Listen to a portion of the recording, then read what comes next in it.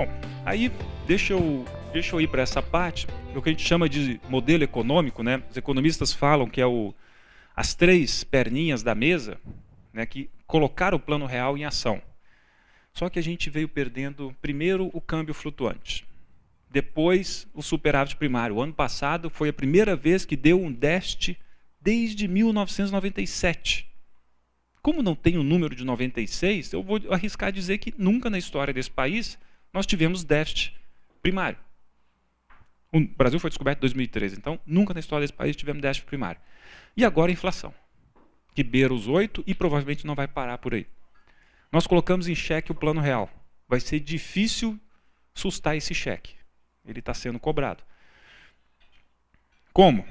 Isso aqui não deu tempo de atualizar, pessoal. Pesquisa de avaliação da Presidente. Talvez vocês viram de hoje. Tá? Isso aqui é o do ótimo bom, e isso aqui é o ruim péssimo. O ruim péssimo foi a 63, né? É isso aí. Eu não deu tempo de atualizar. E esse ótimo bom foi a 13, exatamente. Mas infelizmente saiu bem na hora da palestra, eu não consegui, não deu tempo de eu atualizar. Mas deixa eu colocar algumas coisas. Primeiro, considere que é 63 e que antecipa dificuldades econômicas à frente, porque isso gera incerteza, né? A gente fica meio todo mundo, por isso que eu estou aqui, porque vocês estão todo mundo preocupado. O que vai acontecer com a economia? Mas eu tenho um senão nisso aqui. Sabe quando tu conhece uma guria, chama ela para sair, se apaixonam, ficam apaixonadamente durante um tempo. Aí de uma hora para outra acontece alguma coisa, a gente briga, né? Aí o que a guria diz para ti? Te odeio. É isso aqui, ó. Nós estávamos apaixonados, daqui a pouco te odeio. Veio para cá. Ou seja, não foi um relacionamento que foi degringolando aos poucos, entendeu? Tu migrou do amor para o odeio. Quem tem experiência com isso sabe que depois de 2 semanas tu encontra ela no bar, paga uma janta, tará, vai acontecer o quê? Volta a amar. Então eu tenho uma preocupação com isso. Eu não gostei do migrar do ótimo bom para o ruim péssimo. Eu queria que fosse um negócio que deteriorasse mais lentamente. Mas aconteceu. O meu senão é esse, né? Eu espero que esse casamento seja rompido mesmo. Ele não volte a ter um flerte. Tá? Mas, a ver. O que eu chamo a atenção, que era então a pesquisa anterior, a gente vou precisar atualizar essa. Quem que eram os mais otimistas? Isso aqui era só voltando aqui, ó. Esse carinha era 23 e o outro 44. Quem eram os mais otimistas? Isso aqui era 23, os mais otimistas é quem tinha 60 anos ou mais, ou 2 salários mínimos, porque isso aqui é maior do que 23, certo? Quem é essa turma? INSS. É o pessoal aposentado que ganhava o INSS, principalmente. São quase 30 milhões de pessoas no Brasil que ganham um salário mínimo, até um salário mínimo de aposentadoria. Como o salário mínimo veio reajustando bem, essa turma foi aprovando. Quem eram os mais pessimistas? Jovem, que isso aqui era 44, os jovens eram 46 de pessimista, e ganha mais de 10 salários mínimos, 65. Essa é a classe média ou o cara que está entrando no mercado de trabalho. E classe média por quê? Porque o câmbio desvalorizou e nós temos aversão à corrupção, né? A gente acompanha os jornais, a gente tem família, a gente tem valores. Não que os outros não tenham, mas nós acompanhamos mais o noticiário, debatemos mais, né? A gente se envolve mais nessa questão política. E a gente fica informado, por isso que tu acaba tendo mais aversão a essas coisas. Aqui é sobre as manifestações. Acho que vocês devem ter visto esse mapa, né? Comparando como foi o dia 13 com o dia 15 ontem, né? Anteontem. Isso aqui, a estimativa da Polícia Militar e os organizadores. Aonde foi isso no Brasil? Esse é o mapa do Brasil, cada cidade. Deixa eu dar o depoimento, orgulho de Porto Alegre por ter sido a 2ª capital no Brasil em 100 mil manifestantes. Mas o que é sintomático para mim? Caxias do Sul, 60 mil. Isso proporcionalmente deve ser o maior do Brasil e a maior cidade além das capitais. Por que eu chamo a atenção disso? Caxias é uma cidade industrial. Quem aqui já foi em Caxias e conhece a negociação trabalhista, conhece a turma lá, é duro o negócio. Maciço, tem aquela turma. E a rejeição deles não tá grande, pô. 60 mil para ir para a rua num dia de Faustão, né? Eu acho que o negócio não está muito bom. Cidade industrial, né? A minha avaliação é assim, ó, não está muito bom. Bom. Por que isso? Vocês confiam que possa ter um ajuste fiscal? O governo fez um ajuste, propôs um ajuste, tá? Que envolve corte de gastos e aumento de impostos. Tá? Normal, em qualquer lugar do mundo tu faz isso. Como é que foi a composição desse ajuste? Isso aqui são as estimativas do BNDES, aqui são os aumentos de impostos, aqui a arrecadação prevista, ou seja, ele aumentou a alíquota do IPI do automóveis e espera arrecadar 5 bilhões adicional. Com PIS, COFINS do combustível, 12 bi. Total, 25. Quanto ele precisa de ajuste fiscal para entregar 1% do PIB? 55 bi. Ou seja, de aumento de impostos, é quase metade do que ele precisa. Mas tem um porém, combinar com os adversários. Se a gente vender menos automóveis, não arrecada os 5. Porque o que está acontecendo? Quando a atividade econômica cai, os impostos caem junto. O que ele fez? Ele aumentou a alíquota para compensar essa queda. Agora, se cair mais do que o previsto, esse aumento de alíquota não vai ser o suficiente. A mesma coisa aqui, ó. Aqui é um pouco, eu acho que é mais factível, porque vocês não deixam de dirigir, né? Ele vai direto sempre no combustível, porque é difícil reduzir o consumo de combustível. Só que com um porém, boa parte disso aqui tem 90 dias para entrar em vigor. Não é o ano inteiro, né? Não vai pegar o ano, não pega o ano inteiro. E corte de benefícios? Aquilo é receita. E o que é corte de benefícios? Primeiro deles, seguro-desemprego. Aí tu mexeu no vespeiro. Né? A turma assistencialista, a turma que gosta de ganhar sem trabalhar, reclamou. O que nós temos aqui? Uma estimativa de 9 bi que o governo pode poupar com seguro-desemprego. Só que tem uma dificuldade. Atualmente já são 600 emendas dos parlamentares nessa discussão. E ele tem que aprovar isso até abril, porque senão volta à regra anterior. Já entrou em vigor no final de fevereiro, se não aprovar em abril, volta como era anteriormente. E o clima político não está dos melhores. Né? E o que o governo está estimando? O ano passado, 8 milhões e meio de pessoas solicitaram benefício, que era muito fácil, né? Bastava estar trabalhando 6 meses. Recusava só 350 mil. Com a medida, ele imagina que devem recusar 2 milhões e 200 mil. O governo pode até comemorar que vai poupar, só que a economia vai ter mais uma porrada, 2 milhões e 200 mil pessoas na rua, sem renda, sem consumo, prejudicando mais ainda a economia. Por isso que eu falo que tem que entender e antecipar as crises, porque isso aqui não é um tipo de política que tu faz no meio da crise. Se eu tivesse sentado lá, eu diria o seguinte: olha, presidente, eu faria isso, mas não esse ano. Porque a gente precisa manter a renda, senão a economia vai afundar mais. Mas como eu não estou lá e acredito muito na incompetência deles, eles vão derrubar mais ainda a economia, no afã de poupar uma grana. Mas alguma coisa estava errada? Claro que estava. Nós pagávamos 15 bi de seguro-desemprego em 2003. Nunca na história desse país pagamos tanto seguro-desemprego. 55 bilhões, tirando a inflação. Se a gente olhar a taxa de desemprego, nesse período ela fez assim, ó. Então tem alguma coisa errada, né? Óbvio. Isso aqui é um bolsa alguma coisa que ninguém sabe muito bem o que é. Todo mundo que pedia, levava. Não pedia, pede seguro-desemprego, leva. Não tem critério.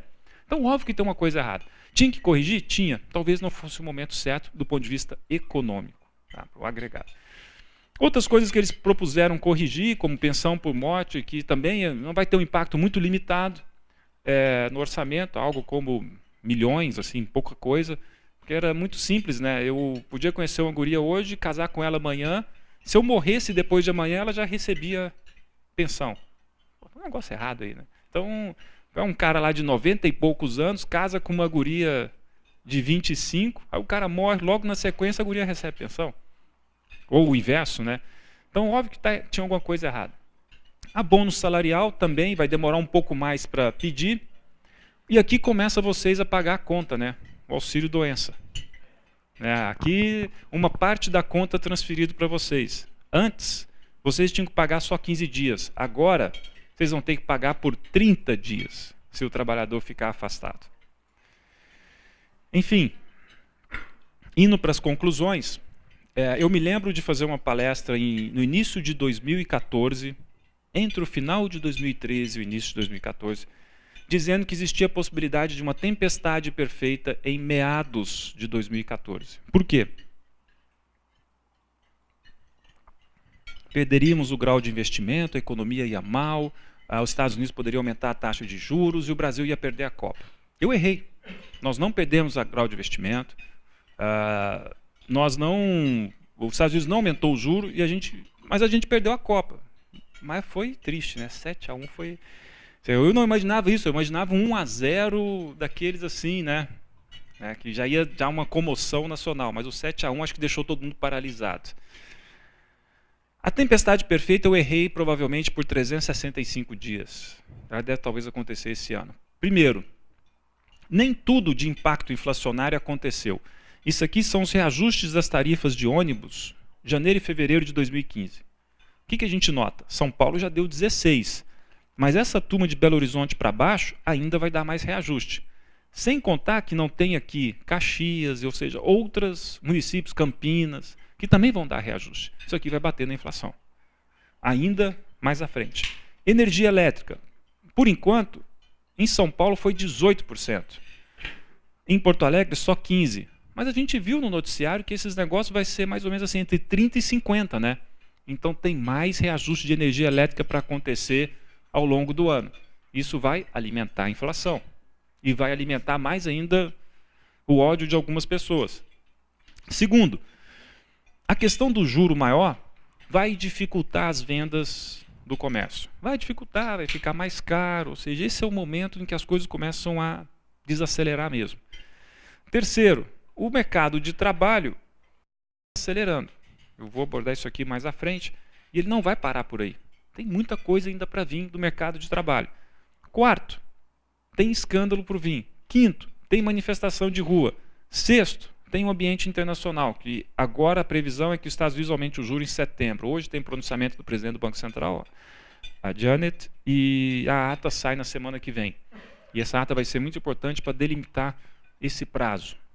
E a questão da Grécia, né, que é esse negócio que eles não sabem se sai ou não da região do euro. Tudo isso a gente compra como ruim e câmbio, expectativas, problema inflacionário, a gente tem mais desequilíbrio macroeconômico. Por que eu falo de confiança? É um ponto importante. Nunca na história desse país os consumidores tiveram tão baixa confiança na economia. Esse número aqui vai de 0 a 200. E é o último maior da série histórica. E também os empresários. Nunca na história desse país os empresários tiveram um nível de confiança tão baixo. Sabe o que me chama a atenção? Isso aqui é o total da economia. O nível de confiança dos empresários é menor do que na crise de 2008.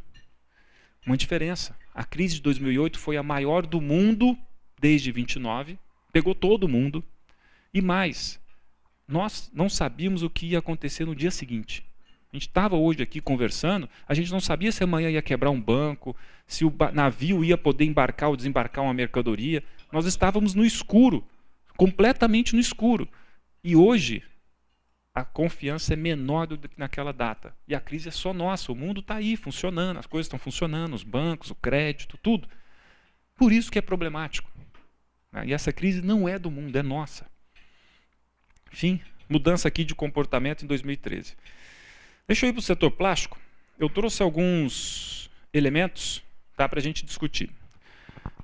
Só para a gente situar, na época que eu estava na FIEGS, eu sempre escutava reclamação de dois setores, borracha e plástico. Pô, os indicadores da borracha não são abertos. Aí o pessoal do plástico, pô, os indicadores do plástico não são abertos. No Brasil, infelizmente, os dois setores são agrupados. Tá? E eu trouxe aqui a participação no PIB da indústria. Em 2007, a borracha participava na indústria com 1,2% do PIB e o plástico 2,3%. Os dois juntos, 3,5%. Em 2012 é esse cenário aqui, praticamente estável. Então, olhem sempre o indicador quando aparecer borracha e plástico, como plástico influenciando 70% e borracha 30% do indicador. É mais ou menos essa média ponderada. Tá? E no caso do Rio Grande do Sul, o que a gente vê? E, na verdade, o setor plástico ele participa com 2 vezes mais do que o da borracha. No Rio Grande do Sul, nós tivemos uma queda muito grande da borracha nesse período e o plástico se manteve praticamente estável. Então, no nosso indicador ainda tem uma diferença em relação ao Brasil, é um pouco menos a importância do plástico, mas o comportamento da borracha sinaliza que, apesar dela ainda ser mais importante para a economia gaúcha do que a borracha para o Brasil, ela está desacelerando. Então, quando olhar os indicadores que estiverem agregados, pense nessas proporções. Infelizmente, alguns não são abertos. Tá? Deixa eu pegar aquilo que é aberto. Brasil. Material plástico. Tá? Isso aqui é a produção da indústria de plástico mês a mês. O que eu chamo a atenção? Está estagnado. O ponto máximo de produção do setor, que foi ao final de 2007, início agosto de 2008, junho de 2008, desculpa, 100. Desde então, nós nunca mais voltamos àquele patamar. Hoje nós estamos com a produção em 92, ou seja, hoje a indústria de material plástico no Brasil produz 8% a menos do que produzia 6 anos atrás. 6? Dá mais, né? Dá 8? Não, dá 7, quase 7 anos. Quase 7 anos. É horrível, né? E com uma mensagem ruim. Parece que aqui mudou de patamar. Estava vindo aqui e agora parece que está vindo aqui embaixo. Será? Vamos abrir um pouco. Variação em 12 meses. Isso aqui é normal. Em qualquer economia tem oscilações. O que não é normal, tá, é que desde 2011 nós não crescemos no setor. Se eu pegar, quando o Brasil foi descoberto até hoje, essa indústria cresceu em média 0,7% ao ano. Tem alguma coisa errada, né? O setor plástico no Brasil crescer 0,7% em média ao ano, isso é menos do que o crescimento populacional. Então, obviamente, ou as pessoas estão consumindo menos plástico por habitante, ou eu estou sendo invadido. O que vocês sabem muito bem, melhor do que eu, o que está acontecendo. Vamos abrir? Tem 2 segmentos ali dentro que eu consigo abrir. Embalagens. Na mesma análise, embalagens foi bem. Chegou a produzir 13% a mais. E hoje, 6% a menos. O que aconteceu com embalagens? Isso aqui envolve caixas, sacos, garrafas, frascos.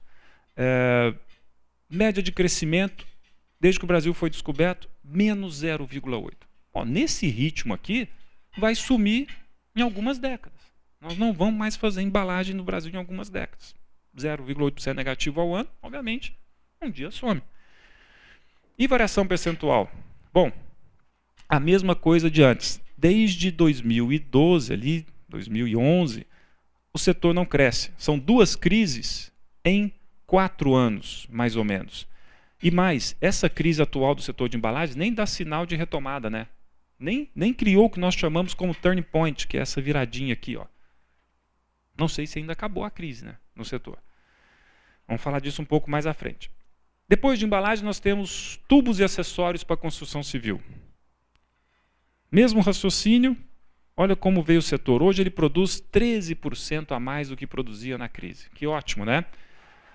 Só que, ponto 1, estagnou. Está vendo que aqui meio que deu uma estagnada? Não tem mais essa inclinação aqui, meio que estagnou. E, ponto 2, isso aqui é a variação percentual. E vocês sabem melhor do que eu. O setor cresceu porque cresceu o investimento imobiliário. Cresceu a construção de imóveis e tudo mais. Se nós pegarmos o momento do descobrimento do Brasil até hoje, é uma média de 2,5% ao ano. Show, legal. Porém, vamos dividir? De 2013 a 2010, 3,3%. De 2011 até hoje, 0,9%. Por quê? Estagnou a construção civil. O que pode acontecer com a construção civil nesse cenário Brasil que eu já mostrei para vocês? Pode continuar ainda um pouco estagnado. Então, provavelmente esse setor vai sentir, provavelmente o indicador de plástico maior vai sentir, provavelmente a indústria como um todo vai cair mais ainda em 2015. Certo? Então, aqui a desaceleração recente da construção civil é que trouxe esse segmento para baixo. Agora começam algumas coisas que envolvem borracha e plástico Brasil, que eu não consigo abrir. Tá? Primeiro delas, o faturamento real, 7%, ou seja, nem sinal de parar de cair. As horas trabalhadas também, daqui a pouco a gente atinge o pior momento do setor, que foi a crise de 2008. Tá? E detalhe, né? Tá vendo isso aqui? A gente veio desacelerando, e ninguém percebeu, todo mundo ainda estava com o olhar o Brasil é igual à China. Não é. Nós temos muitos problemas. E o emprego, né, que também já desacelerou e também não tem possibilidade de retomada. Quando eu pego esses indicadores agregados, conclusão, produção estagnada, faturamento, horas de emprego em queda, e nós não temos sinal de retomada no setor ainda. Isso eu estou olhando o setor. Se a gente olhar a cadeia que compra do setor, cadeia produtiva, a perspectiva que eu tenho é, não tem luz no fim do túnel. Aliás, deixa eu brincar aqui. Um empresário uma vez me chamou a atenção. Tu olha a luz no fim do túnel quando tu está no túnel, mas nós estamos caindo no poço, não tem luz no fim do poço. Você só vai sentir que acabou o poço quando tu te machucar, tu cair lá, opa, cheguei no fundo. Não tem luz no fundo do poço. Não sei se a gente chegou nele ainda. Aqui eu volto a material plástico. Como é que está a confiança de vocês no Brasil inteiro? Todos os empresários do Brasil. Tem uma coisa, o índice de confiança ele é dividido assim. Ó. Nós pesquisamos, chega para o empresário e pergunta, o que tu acha da situação atual? Ele dá uma nota de 0 a 100. O que tu espera do futuro, 6 meses à frente? Ele dá uma nota de 0 a 100. Aí eu combino os dois, metade disso, e faço o índice de confiança. Então o índice de confiança pode ser quebrado em 2 avaliações. Situação atual, no qual nunca na história desse país a turma teve tão pessimista do setor plástico no Brasil, e expectativa, também nunca esteve tão baixa no Brasil. Quando eu olho junto os dois e meço a confiança, está em torno de 40. 50 seria aquele ponto neutro. Não sei, tal.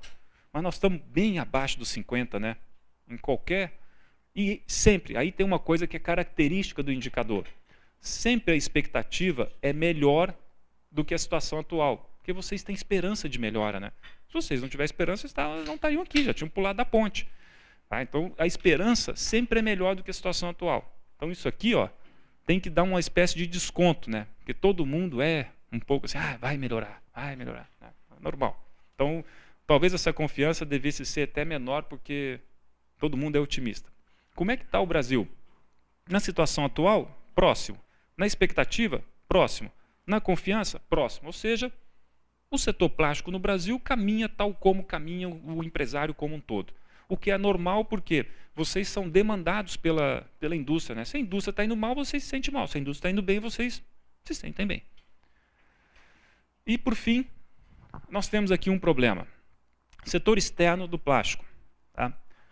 Exportamos 1 bilhão em 2013, 1 bilhão em 2014. Importamos 3,8. Essa aqui é a nossa balança comercial Brasil. 2 bilhões e meio de déficit. Tá? Nós somos um setor importador. Preço médio. Preço da exportação. O ano passado cresceu 0,7, estável. E o da importação caiu 3,7. Isso terminado em dezembro.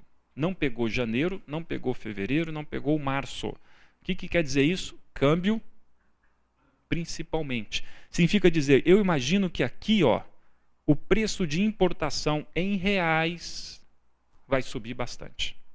Tá? Vai ser bom para a indústria local, nesse ponto, mas vai ter um impacto inflacionário na cadeia. Provavelmente, a cadeia que compra de vocês, a cadeia produtiva, ela vai sentir alguns reajustes de preço. Vai ser natural, alguns segmentos têm acontecido isso, no metal mecânico já estão botando 10%, 15%, enfim, é natural. Concluindo, para mim isso é um ano de incerteza. Eu, por mais que deseje, eu acho o impeachment algo difícil, né? Teria que piorar muito para chegar lá. Mas isso gera um problema para nós na área econômica, que é, se tu fica nesse cenário de incerteza, vai, não vai, vai, não vai, vai, não vai, ninguém investe. E se ninguém investe, o país para. Então, isso pode travar os negócios. E sem falar que se abrir a caixa do BNDES, para mais ainda. E quando eu olho os fundamentos e as questões todas que envolvem o político, tem como jogar mais água na economia ainda. Há espaço para fazer isso. No aspecto econômico, são 3 variáveis importantes e que elas inspiram muitos cuidados. Inflação. Nós só vamos considerar uma inflação controlada quando cair o salário. Não tem solução. Nós temos que derrubar o salário. E derrubar o salário significa crise. Por quê? Porque a inflação ela é principalmente de demanda no setor de serviços. No setor de serviços eu não importo. Eu tenho que pagar o preço que o cara pede. É o non-tradable. E isso é salário real. É muito bonitinho falar, eu te dou mais salário, aí tu gasta mais, aí eu produzo mais, a gente fica rico. Ok, mas se isso fosse verdade e funcionasse, não tinha país pobre. Ele não funciona porque tu esqueceu de considerar a produtividade, esqueceu de considerar a inflação. Então só conseguimos derrubar a inflação com crise mesmo, não vai ter jeito. Tem que cair o salário. Isso vai acontecer depois que o desemprego aumentar mais. O salário mínimo é um problema. Nós estamos carregando uma conta que bateu em 80 bilhões de reais de déficit só do INSS. Aposentados do setor público da União, déficit de 66 bi. Ou seja, só aqui nós temos 150 bi todo ano de déficit, que é uma conta que deveria ser zerada se existisse o estatístico para fazer para eles lá, né, o cálculo do atuarial. Incerteza no mercado de trabalho. Quando vocês olharem na imprensa, sempre se atentem ao seguinte, vocês vão ver vários números, tá? Mas na verdade tem dois blocos de números. Pesquisa mensal de emprego e a PNAD contínua. Qual é a diferença entre elas? Essa aqui, ó, pega só a região metropolitana e não todas. A PNAD pega o Brasil inteiro. Então sempre quando vocês ouvirem falar PME, nem dá bola. Procurem entender PNAD contínua. Quando falar, a taxa de desemprego da PNAD contínua foi de tanto. Essa é melhor, porque pega o Brasil inteiro. Tá? E nessa está apontando taxa de desemprego de 6,8. Em comum, que aumentou nas duas, né, em janeiro, o último indicador. E o que o mercado espera de PIB para a indústria, serviços e total? O cenário está se deteriorando, isso aqui é aquela pesquisa Focus, o cenário veio se deteriorando desde o início de 2014, hoje a previsão está nisso, ou seja, o PIB do Brasil 2015, provavelmente uma queda de menos 0,5 até menos 1,5, né? Então ainda tem espaço para piorar essa perspectiva. Para o setor, o que eu visualizo? Eu não sou especialista no setor plástico, eu sou especialista em economia, mas eu olhando a cadeia produtiva, olhando os indicadores econômicos, olhando como se comporta o resto da economia, a minha conclusão seria o quê? A produção deve continuar se desacelerando, em especial no segmento plástico voltado para a construção civil. Tá? O faturamento vai cair, provavelmente, porque vão cair as vendas, tu cai o faturamento, mesmo que tu mantenha o preço ou sobe ele um pouquinho. O índice de confiança vai fazer com que se tenha poucos investimentos e nós vamos ter ociosidade no setor. Vocês devem estar falando assim, tá bom, diante de tudo isso, dá para confiar no que o ministro Levi está fazendo? Dá para confiar, que é a única pedra que a gente tem. Se o Levi, hoje o presidente do Brasil se chama Levi. Se o Levi sai, cai todo o castelinho de carta. A Dilma degringola muito rapidamente, ele sabe disso. E como ele sabe, e ele é de política ortodoxa, ele está dizendo toda hora na imprensa, cutucando, eu vou fazer isso, esse negócio de benefício para trabalhador não serve, esse negócio aí não é bom, isso aqui, né, atacou também a CNI dizendo algumas coisas. Ele está botando a marca dele. Uma hora, pessoal, o PT não aguenta. Uma hora esses radicais vão chegar para o presidente e dizer, ou tu tira ele ou a gente te tira. Porque eu acho que ele não vai abrir mão dessa questão do seguro-desemprego e tudo mais. Eu apostei, né, um engradado de cerveja com um amigo meu que o Levi cai até o final do ano. Tá, eu apostei. Não estou fazendo questão de ganhar, mas é que quando a gente olha os números, vai ser muito difícil ele entregar o que prometeu. E mais, uma parte dos números, ele precisa da contribuição dos estados e municípios. Os estados e municípios estão quebrados. Eles, na verdade, precisam de dinheiro do governo. A Petrobras está quebrada. A BNDES está quebrada, precisa de dinheiro do governo. A Eletrobras está quebrada, precisa de dinheiro do governo. A Caixa, Banco do Brasil, todo mundo precisa de dinheiro. E aí? Eu vou cortar dinheiro? Então ele ficou num brete. Ele está mandando um recado sempre. E o último foi esse aqui, ó. Uma grande lição é que o capitalismo de Estado não dá certo. Claro, não existe capitalismo de Estado, isso é uma coisa que não ou é capitalismo ou é Estado. E eu lancei uma campanha, que aí essa campanha minha é com base no que está acontecendo hoje. Vocês viram os gráficos todos, eles vão fazendo isso aqui, né? A economia está indo devagarzinho para o buraco, né? Isso é muito ruim. Quando veio a crise de 2008, vocês despencaram muito rapidamente. A solução vem muito rapidamente. Agora não, ela está vindo devagar. Primeiro é 3 caras para lá que quebrou. Depois é o meu vizinho que quebrou. Agora é eu que estou perto. Então ela está vindo muito devagar e isso é ruim. Por isso que eu lancei uma campanha, né? Eu estou chamando o Levi para a rua. É só assim para a gente fazer com que essa crise seja mais intensa, para que em 4, 5 meses a gente saia dela. Se continuar assim, com esse negócio conta-gotas, com essas mudanças bem pontuais, bem devagar, não adianta. Assume logo, estamos em crise, fizemos coisa errada, vamos cortar tudo que possível, eu vou tirar 39 ministérios, vai ser só 12. Não, 39 ministérios. Ministério da Pesca. O Brasil não pesca nada. O que é a pesca, pô? Pesca nada. Não fez corte de funcionário.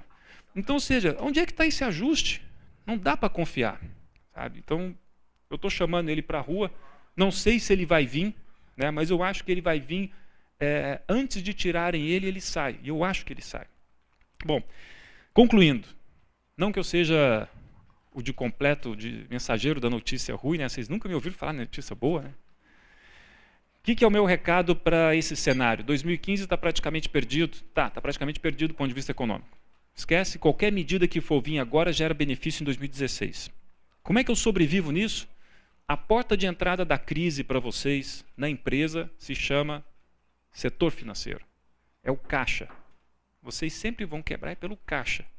Então, sobrevivam o 2015, façam todo o possível para sobreviver o 2015, porque toda crise que vem, um dia vai embora. Ela volta. A Argentina da Cristina Kirchner, com todas aquelas coisas erradas que ela fez, um dia voltou a crescer. Então vai voltar a crescer. Nós temos só que nos preparar, porque tem sim uma tempestade. Pode piorar? Pode piorar sim.